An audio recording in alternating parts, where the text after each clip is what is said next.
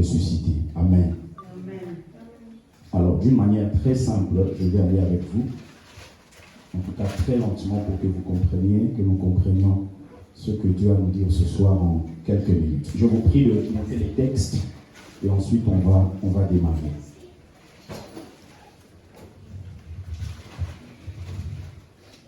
Donc le thème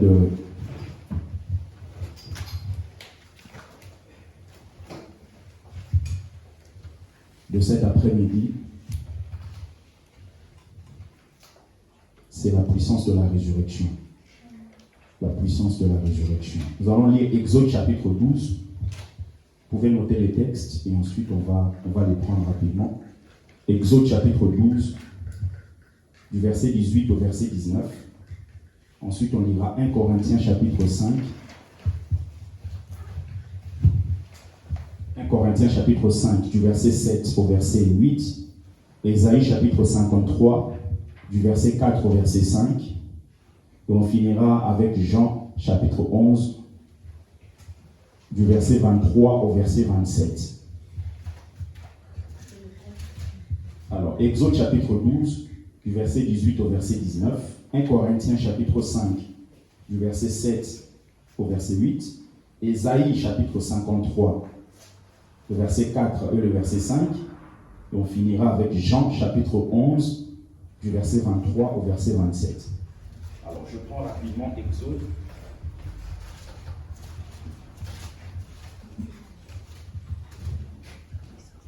Exode chapitre 12, du verset 18 au verset 19. La Bible dit: le premier mois, le 14e jour du mois, au soir, vous mangerez des pains sans levain, jusqu'au soir du 21e jour.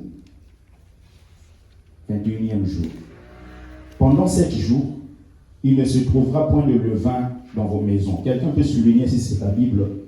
Il ne se trouvera point de levain dans vos maisons pendant 7 jours. Car toute personne qui mangera du pain levé sera retranchée de l'assemblée d'Israël, que ce soit un étranger ou un indigène. 1 Corinthiens chapitre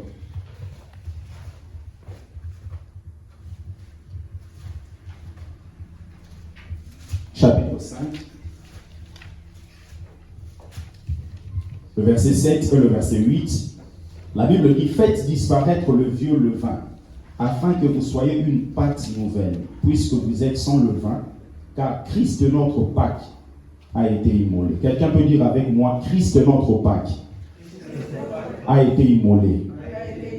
Donc je continue. La Bible dit au verset 8: célébrons donc la fête, non avec du vieux levain, non avec un levain de malice et de méchanceté, mais avec le pain sans levain de la pureté et de la vérité. Ésaïe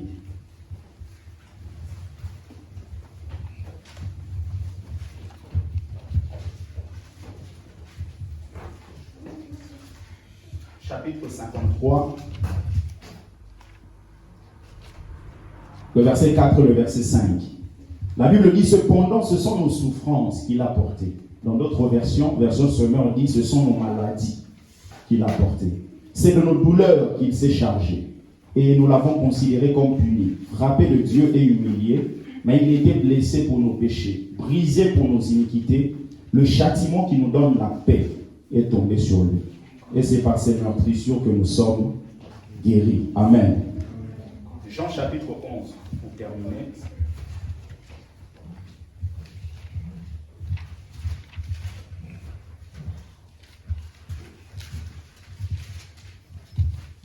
Du verset 23 au verset 27. Elle dit: Jésus lui dit: ton frère ressuscitera. Donc là, Jésus est en train de parler à Marthe.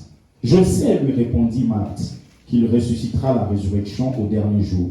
Jésus lui dit: je suis la résurrection et la vie. Celui qui croit en moi vivra, même s'il meurt. Quelqu'un peut le souligner, s'il vous plaît? Celui qui croit en moi vivra, même s'il meurt. Donc vous avez la présence de la mort, mais Jésus dit que cette personne va quand même vivre.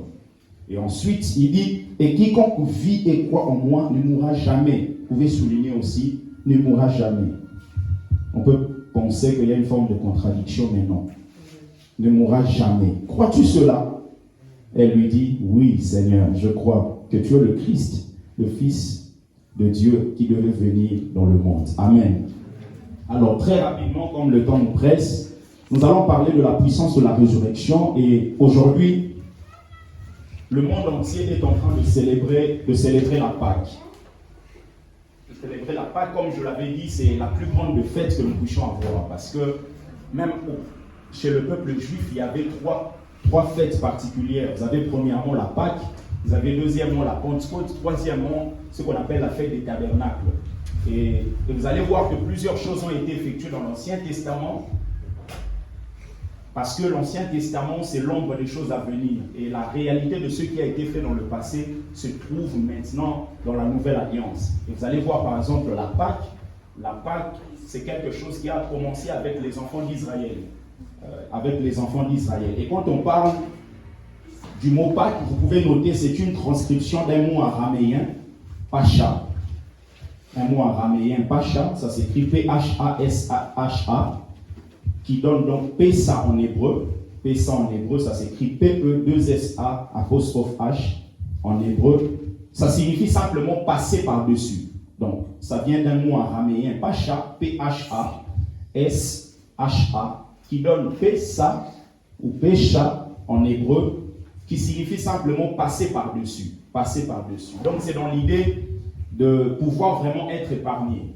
Parce que rappelez-vous, lorsque Dieu a parlé à Moïse pour aller libérer son peuple, au travers de Moïse, il y a plusieurs miracles qui ont été effectués. Et vous allez vous rendre compte que beaucoup de miracles ont été effectués, mais le peuple était toujours esclave.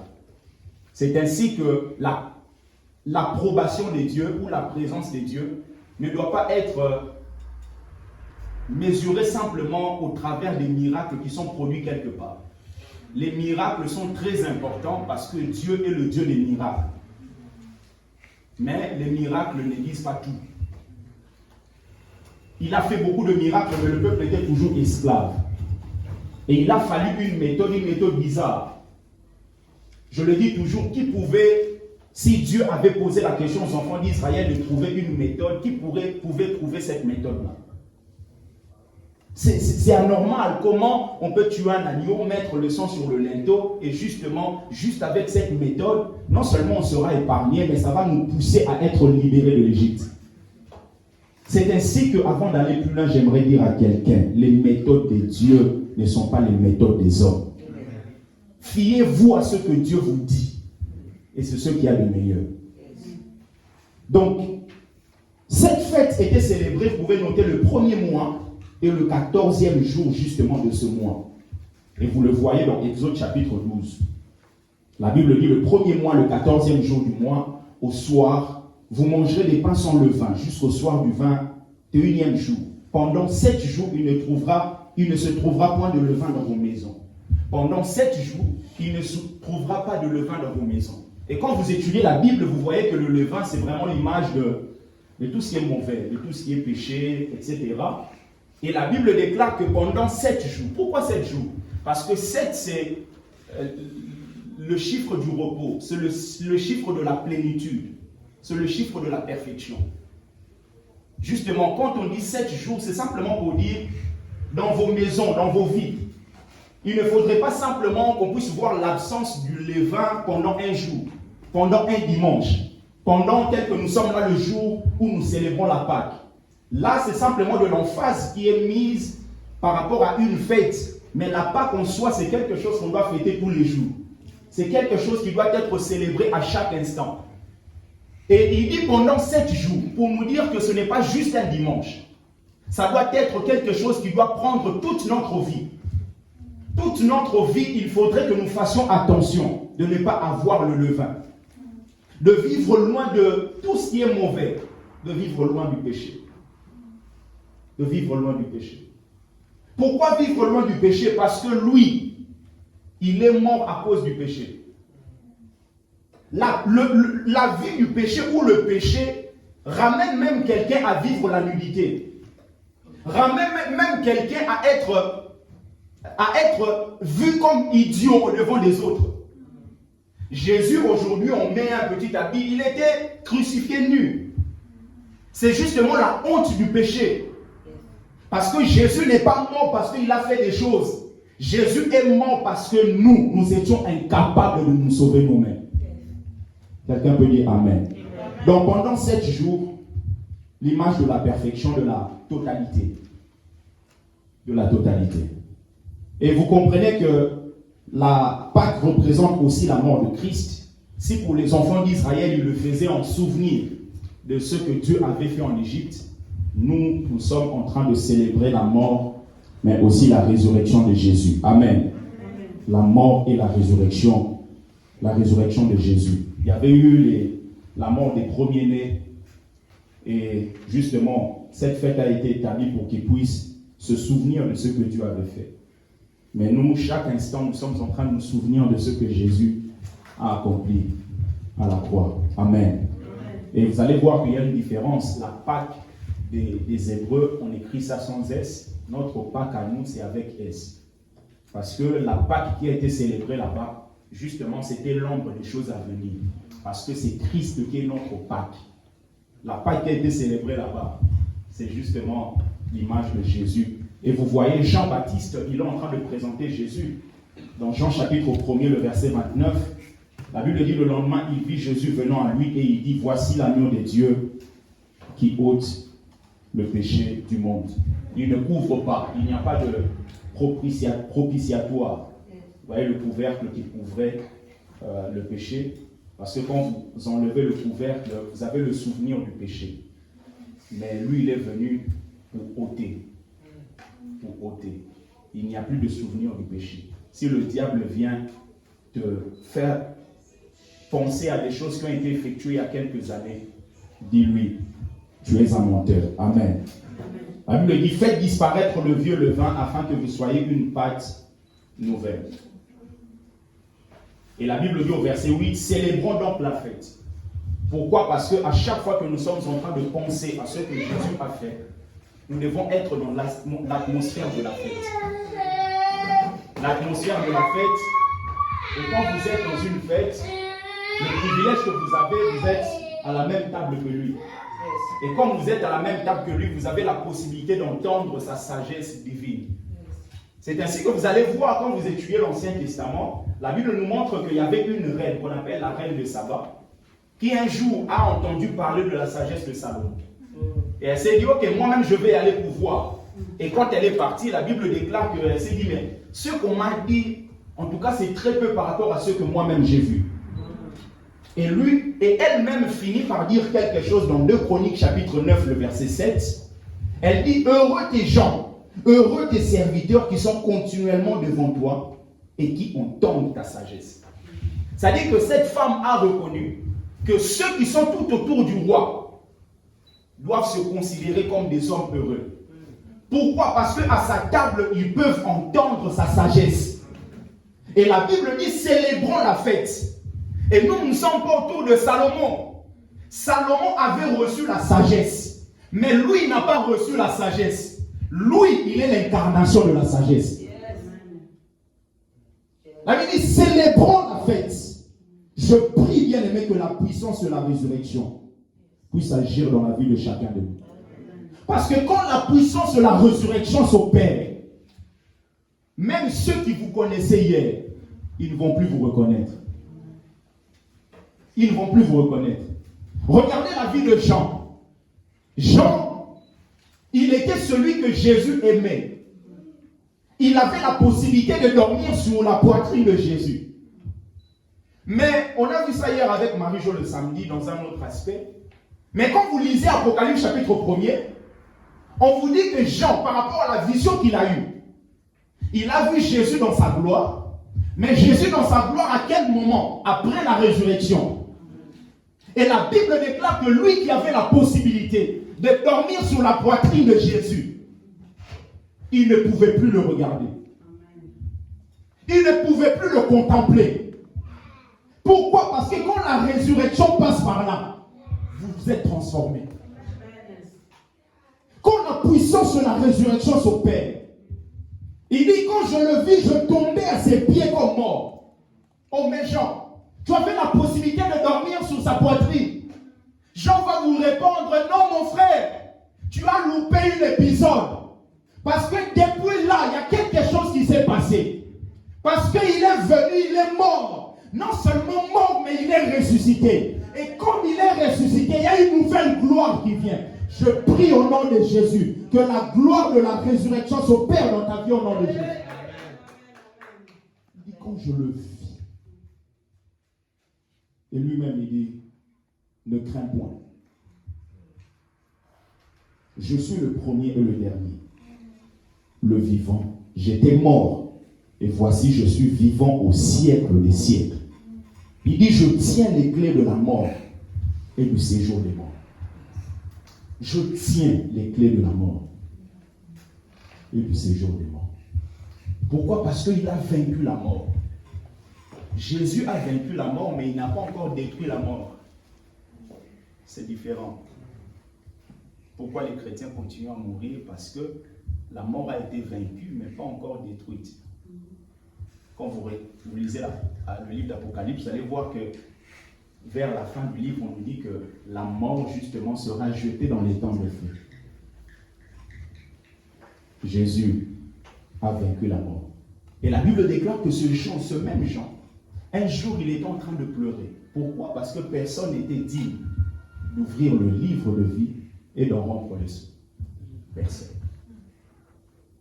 Et quand vous lisez Apocalypse chapitre 5, à partir du premier verset, justement, la Bible dit, puis je vis dans la main droite de celui qui était assis sur le trône un livre écrit en dedans et en dehors, scellé de 7 sceaux. Le verset 2, et je vis un ange puissant qui criait d'une voix forte, qui est digne d'ouvrir le livre et d'en rompre les sceaux. Le verset 3, et personne dans le ciel, ni sur la terre, ni sous la terre, ne put ouvrir le livre, ni le regarder. Donc, on nous dit que il a vu un ange puissant. Il est puissant, mais il n'a pas suffisamment de puissance pour ouvrir le livre. Ah Seigneur. Il dit, j'ai vu. Il dit aussi au passé simple, je vis un ange puissant. Il est puissant, mais il n'a pas suffisamment de puissance pour ouvrir le livre. Parce que le problème du livre, ce n'est même pas question de puissance. Ce n'est même pas question de capacité. C'est question de dignité. On ne cherche pas celui qui est fort pour ouvrir le livre. Parce que ceux qui sont forts peuvent être nombreux. Mais on cherche celui qui est digne. Celui qui est digne.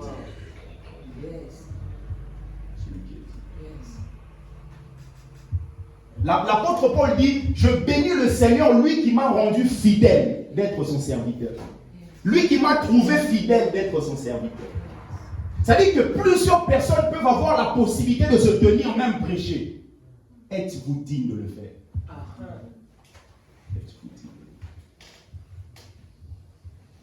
Il dit on cherche celui qui est digne. Et justement, Jean est en train de pleurer. Il dit mais je ne sais pas comment on fera. Je ne sais pas. Bien aimé, là où vous arrivez au bout, personne ne peut vous aider. Vous contactez des tantes et des oncles. Personne n'a la solution. Je vous dis, il y a celui qu'on appelle l'agneau de Dieu. Il a toutes les solutions. Jean pleure comme pour dire, dans le ciel, sur la terre. Il parle même des poissons sous la terre, dans la mer. Personne ne fut trouvé digne. N'est-ce pas une occasion de désespoir? De dire, mais comment se fait-il qu'au ciel, ici, là, et en bas, personne? Je vous dis, même si vos yeux ne voient pas, il est là. Il peut l'ouvrir. Et la Bible déclare, il pleurait beaucoup. Et l'un des vieillards lui dit, ne pleure point. Voici le lion de la tribu de Juda. Le rejeton de David. La racine de toute la descendance de David. Lui, il est digne de le faire. Il dit, voici l'agneau. Il s'attend à voir un lion. Voici le lion de la tribu de Juda. Il s'attend à voir un lion. Mais quand il se retourne, il voit un agneau. Parce qu'un lion, c'est difficile de l'arrêter. C'est difficile de le tuer. Un agneau, c'est très facile. Et Jésus ne devait pas résister. Jésus était venu pour se donner. Ne pensez pas que non, parce qu'on a fait... Non, il était un don pour nous.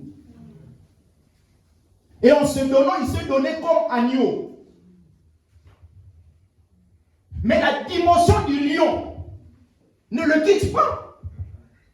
Il est non seulement l'agneau, il est aussi le lion. Il s'est dit, je veux me donner comme agneau, afin que le testament devienne valable. Aussi longtemps que le testateur n'est pas mort, le testament n'a pas sa validité. Il faut la mort du testateur pour que le testament prenne sa validité. Donc, il s'est donné comme agneau. Et quand il est ressuscité, il a dit, je veux veiller comme lion, afin que tu bénéficies de tout ce qui est écrit dans le testament. Amen. Je vous dis, il y a le lion de la tribu de Juda qui me sauvait. Ne craignez rien. Ne craignez rien. Vous savez, le royaume de Dieu est régi par des principes qui peuvent paraître bizarres aux yeux du monde. Compliqués aux yeux du monde. Par exemple, dans le royaume de Dieu, c'est en perdant que vous gagnez. C'est en vous reniant vous-même que vous finissez par trouver votre identité. C'est en donnant que vous recevez. Des principes qui peuvent paraître bizarres aux yeux du monde. Mais ce sont des choses qui marchent. Vous savez, la grandeur d'un homme ne se mesure pas par l'accumulation des biens qu'il est en train de recevoir. La grandeur d'un homme ne se mesure pas par l'abondance de ses biens. Écoutez bien, la grandeur d'un homme se mesure par l'étendue de ses pertes. Qu'est-ce que vous avez perdu? Alors je vous dirai si vous êtes grand ou pas. Dans ce monde, vous trouverez une théorie différente. On vous dira les grandes personnes, ce sont ceux qui ont des milliards. Mais le royaume de Dieu a un autre principe. Ce n'est pas au niveau de tes biens, mais au niveau de l'étendue de tes pertes. Qu'est-ce que tu as perdu? Qu'est-ce que tu as perdu?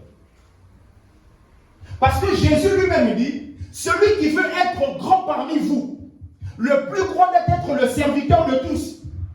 Pourquoi parmi les hommes, quand vous servez tout le temps les autres, vous perdez? Les grands de ce monde ne servent pas, ils sont servis.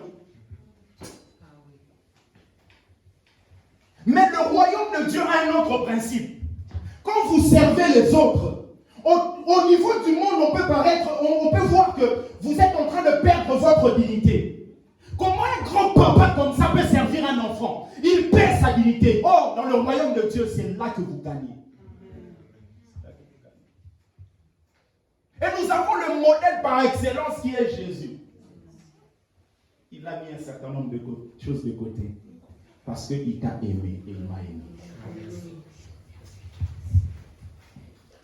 Il a moins regardé comme une proie arrachée d'être égal avec Dieu. Il a accepté la mort. Il n'y a pas de résurrection sans la mort. Et quand on parle de la mort, on voit la croix. La croix, c'est quoi? La croix, c'est simplement le croisement entre votre volonté et la volonté de Dieu. La croix. C'est le lieu de rencontre entre votre volonté et la volonté de Dieu. Jésus dans sa chair, un moment il a dit, Père, si tu le veux, éloigne de moi cette coupe. Mais au final il dit, non pas ma volonté qui doit s'accomplir, mais ta volonté. Maintenant, quand on parle de la volonté, on voit l'âme. Parce que l'âme, c'est le siège des émotions, de la volonté, de l'intelligence. Au travers du corps, vous avez conscience de ce qui se passe autour de vous dans le monde naturel. Et l'âme vous donne la conscience de ce que vous-même vous êtes. Et après, vous avez l'esprit qui vous permet d'être en communion avec Dieu. Jésus dit non pas ma volonté. C'est-à-dire que chaque homme, quel que soit son niveau spirituel, il a quand même la volonté. La volonté ne disparaît pas lorsque vous êtes régénéré. La volonté reste là. Mais ce que Dieu vous demande, c'est que votre volonté soit soumise à la volonté de Dieu. Oh, mais parce que si je suis au fond de Dieu, Dieu est en train de me diriger partout où je vais aller, toutes choses concourent. Non, si tu n'as pas appris à prendre ta volonté, à la mettre sous la volonté de Dieu, tu peux penser que tu es en train de te perdre. Bah justement, tu te perds parce que Dieu n'est pas au centre de tout. Il ne dirige pas ta vie. Jésus dit non pas ma volonté. Comme pour dire, la volonté de Jésus dans sa chair pouvait être contraire à la volonté du Père.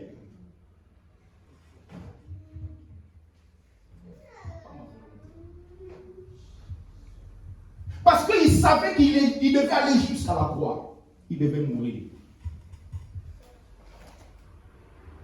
Et la croix, c'est le lieu de la mort. Mourir en nous-mêmes. Mourir en nous-mêmes. Et très souvent, Dieu va nous demander des choses, on est chrétiens, va nous demander des choses simplement pour nous permettre de mourir davantage dans la chair. Et vous verrez que très souvent, certaines personnes vont à la montagne, demandées par Dieu, sans hésiter. Mais le problème, c'est qu'ils ramènent un couteau, mais un couteau en plastique. Okay. Dieu a dit à Abraham, sacrifie ton fils. Il prend Isaac, il va aller l'offrir en holocauste. Holocauste, cela veut dire qu'il devait tuer l'enfant et le brûler. C'est illogique. Est-ce que même d'une manière éthique, est-ce que c'est, on peut l'entendre? Non. C'est simplement pour nous dire, Dieu n'est pas dans les logiques des hommes. Oh non, ça se passe comme ça. Non. Dieu est capable de bouleverser le schéma. Et Abraham devait ramener le couteau. Très souvent, plusieurs personnes acceptent. Oh pasteur, vraiment, moi j'accepte la volonté de Dieu, ce que Dieu a dit. Mais le problème, c'est que tu vas à la montagne avec un couteau en bois. Tu veux le sacrifier, mais toi-même tu sais que ce couteau ne va pas faire le travail. Avec un couteau en plastique. Maintenant que j'aime, Abraham avait ramené un vrai couteau. Bien aimé, prends un vrai couteau. Ça va te faire mal. Mais ce que je sais, le Dieu que tu sers, pour voir avec un bélier. Le bélier qui était derrière, la Bible dit qu'il était attaché au niveau de ses cornes. Parce qu'en Israël, vous pouviez offrir un agneau, vous pouviez aussi offrir un bélier. Donc c'était interchangeable. Donc Abraham devait offrir le fils. Justement, le bélier derrière, c'est l'image de Jésus. C'est-à-dire que c'est un agneau en substitution de ce que toi tu voulais donner. Et quelle est la force de l'agneau qui est derrière? Et quelle est la force d'Abraham? Ce n'est pas qu'il était fort physiquement. La force d'Abraham, c'était son obéissance. Parce que l'agneau là-bas, le bélier là-bas était attaché au niveau de ses cornes. Et les cornes, c'est la force d'un bélier. Autrement dit, sa force, c'est son obéissance. Parce qu'un bélier qui est attaché, qui est comme ça là, très calme, ça veut dire qu'il est obéissant. Un bélier attaché qui est très violent, il va commencer à... Lui, il était là très calme. Ça prouve son obéissance. Donc la vie d'Abraham, la vie de Jésus, bien aimé, est résumée par l'obéissance. Par l'obéissance. Et l'obéissance va te pousser à faire des choses qui peuvent paraître illogiques au devant des hommes. Mais laisse-moi te dire, le Dieu de la Bible, il pourvoit toujours. Il pourvoit toujours. Il pourvoit toujours. Quelqu'un peut dire Amen. Il pourvoit toujours. Il pourvoit toujours. Qu'est-ce que tu as perdu, bien-aimé, pour le Seigneur? Qu'est-ce que tu as perdu? Qu'est-ce que tu as perdu? La résurrection, bien-aimé, n'est pas le fruit de votre propre activité. La résurrection, c'est le fruit de l'activité de Dieu.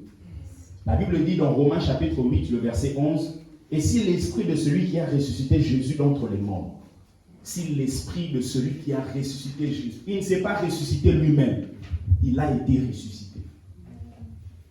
Habite en vous, celui qui a ressuscité Christ d'entre les morts, rendra aussi, ou donnera la vie à vos corps mortels par l'esprit qui habite en vous. » La Bible, vous savez, nous montre que Jésus est mort à la croix. Je vais finir dans 5 minutes.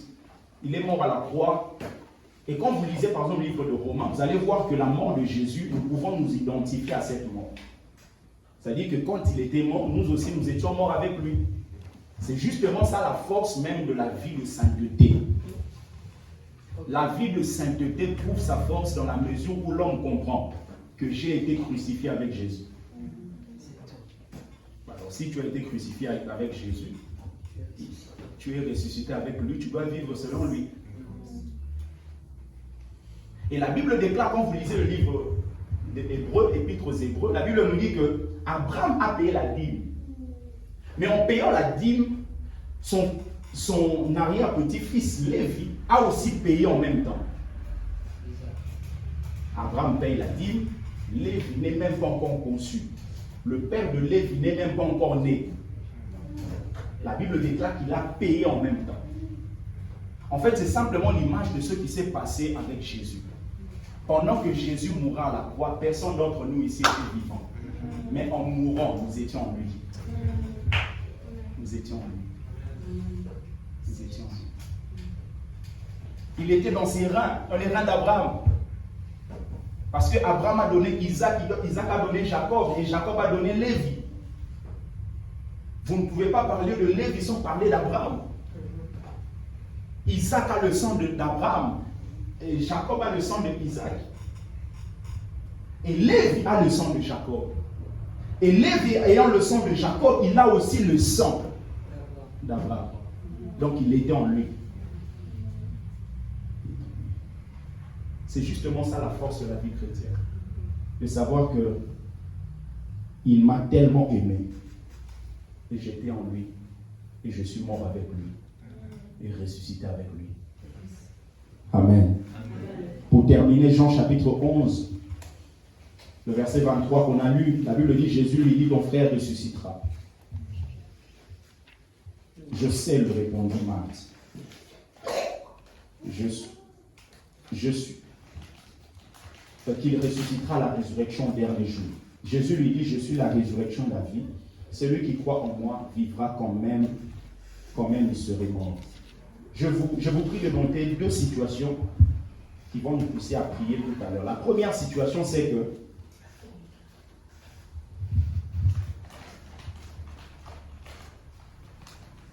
parmi ceux qui sont morts avec lui, c'est-à-dire avec Jésus, certains pourront connaître la mort physique.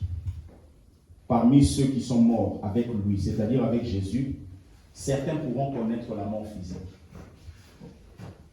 Certains pourront connaître la mort physique. En fait, c'est l'image de ce qui s'est passé à la montagne de transfiguration. Vous avez Jésus qui était avec ses disciples, Jean, Pierre et Jacques.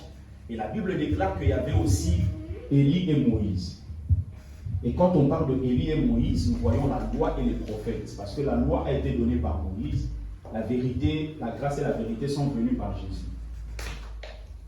Moïse, c'est l'image de la loi. Élie, c'est l'image des prophètes. Donc, quand vous les mettez ensemble, vous avez l'Ancien Testament. Quand vous lisez la Bible, on vous dit par exemple, l'amour, aimez-vous les uns les autres, c'est le premier commandement. C'est ce qui précède même la loi et les prophètes. En fait, c'est simplement pour dire que c'est ceux qui précèdent l'Ancien Testament. Moïse et Élie. Mais vous avez l'image de deux chrétiens. Vous avez Moïse qui a connu la mort. Parce que Moïse était mort, bien que Dieu n'avait pas voulu l'enterrer dans une place publique, connaissant justement les conséquences de cet enterrement. Parce que le peuple d'Israël allait vraiment faire de lui une idole et tout ça. La Bible dit qu'il a été enterré là où les hommes ne le savent pas. Mais Moïse est l'image justement des chrétiens qui vont connaître la mort. Mais en connaîtrant la mort, la Bible nous dit que sur la montagne de transfiguration, il était là. C'est l'image justement des chrétiens qui vont connaître la mort, mais la mort ne va pas triompher sur eux. Ils vont finir par être ressuscités. Et deuxièmement, vous avez, justement, par rapport à ça, vous avez justement le texte de ce livre de Jean qui dit, Jésus lui dit, je suis la résurrection et la vie. Celui qui croit en moi vivra, quand même il serait mort. Donc il dit, celui qui croit en moi va vivre même s'il est mort. Tout le monde connaît que Moïse est mort, mais à la montagne des transfigurations, il est là. Donc la première des choses, vous pouvez connaître la mort. Deuxièmement, d'autres parmi ceux qui sont morts avec lui ne connaîtront jamais la mort. Ne connaîtront jamais la mort. Ça, c'est l'image de Élie le prophète. Parce que Élie n'a jamais connu la mort. Il a été enlevé et il est parti. Jésus lui dit au verset 26 de Jean 11, « Et quiconque vit et croit en moi ne mourra jamais. » Il dit à Marthe, « Crois-tu cela ?» C'est-à-dire que nous avons des gens qui vont connaître la mort Et il y en a de ceux-là qui ne connaîtront jamais la mort. Mais pour terminer, vous savez, même si vous allez connaître la mort, bien aimé, ne connaissez jamais la mort avant le temps. Jamais avant le temps. Ne faites tout pour ne pas mourir avant le temps. Quand vous lisez la Bible, vous allez voir que même quand on parle des patriarches, à chaque fois la Bible nous dit que Abraham mourut rassasié de jour. Rassasié de jour, cela veut dire qu'il a vécu la plénitude de ce que Dieu avait prévu pour lui. Même Jésus lui-même, qui est notre Seigneur et Sauveur, il ne voulait jamais mourir avant le temps. Non seulement avant le temps, il ne voulait pas mourir en dehors du lieu que le Père avait destiné.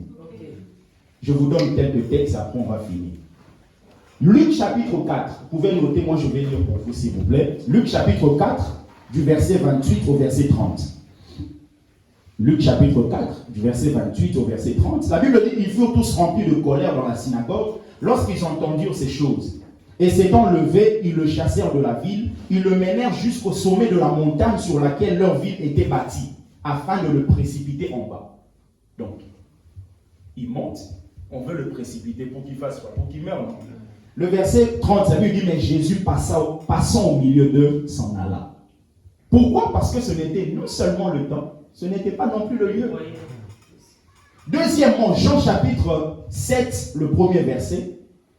Jean chapitre 7, le premier verset. La Bible dit, après cela, Jésus parcourait la Galilée, car il ne voulait pas séjourner en Judée, parce que les Juifs cherchaient à le faire mourir.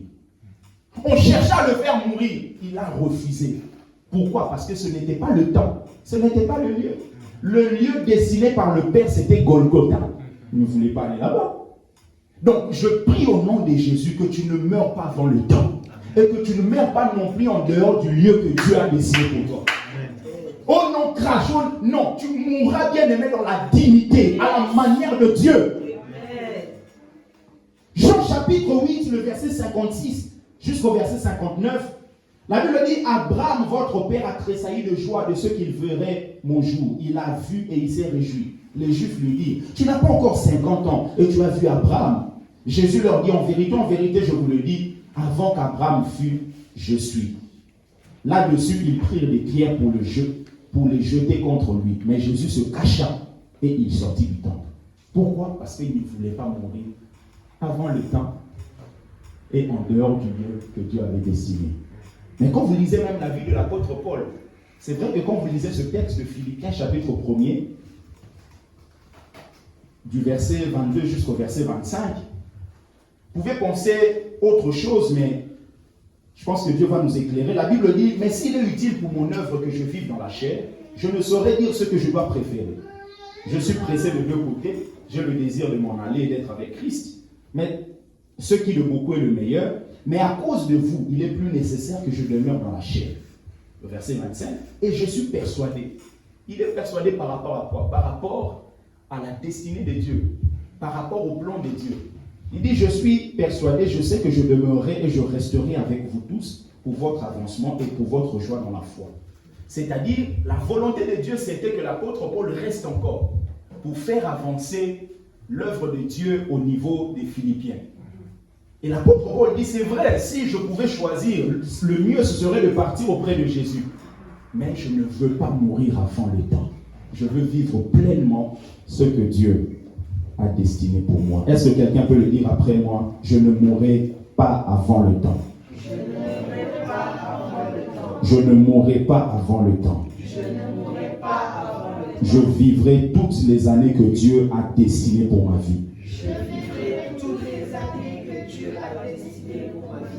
Cela ne peut être possible que simplement parce que Jésus, non seulement il est mort, mais il est aussi ressuscité. Et en tant que lion, il veille sur vous. C'est possible qu'il vous rajeunisse d'ailleurs. Quand vous lisez ce texte,